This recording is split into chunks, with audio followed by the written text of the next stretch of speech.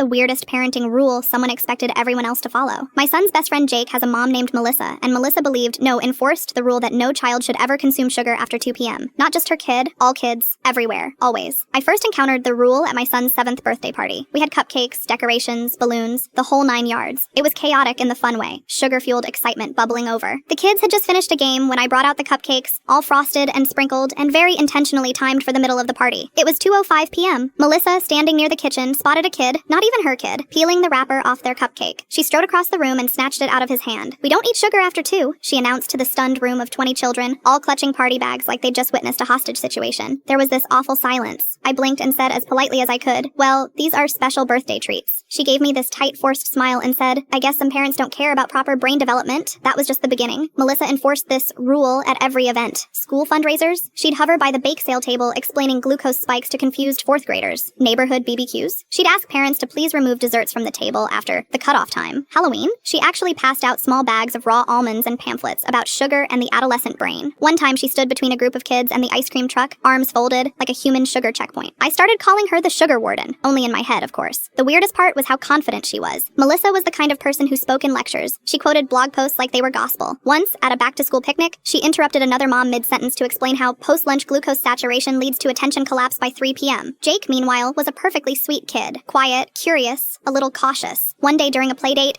he and my son were playing in the living room when he whispered, "Do you have any candy?" I said sure and gave them each a couple of gummy bears. Jake held one up, looked at it like it was a gemstone, and whispered, "Mom says sugar makes me crazy, but I've never felt crazy from it." I felt terrible. The kid was afraid of candy. Not because he didn't like it, but because he genuinely thought it would warp his brain. And the irony? I'm a pediatric nutritionist. I've literally published research on childhood nutrition and sugar intake. Melissa never once asked what I did for a living, just assumed she knew more than everyone else. But here's where it all unraveled. Our school had its annual spring carnival. Games, food trucks, music, the whole deal. I was on cleanup duty afterward and headed out to the parking lot just as the sun was starting to dip. And that's when I saw her, Melissa, in her car, windows rolled up, alone. At first, I thought something was wrong. She looked frantic. But then I realized what was happening. She was shoving chocolate into her mouth with both hands, candy bar wrappers everywhere. It was like she was in a speed-eating contest with herself. And the look on her face was pure panic, like someone was going to catch her. She didn't see me. I just backed away and let her have her moment. Word got out eventually, not from me, but from her own son. Kids talk. Jake told my son, "Mom ate a whole bag of mini Twix in the car. She thought I didn't know, but I saw the wrappers in the cup holder. It was like someone popped the bubble." Melissa stopped giving lectures. She still shows up to school events, but she keeps her opinions to herself now. She even politely declined a cupcake last month without adding a single comment about blood sugar.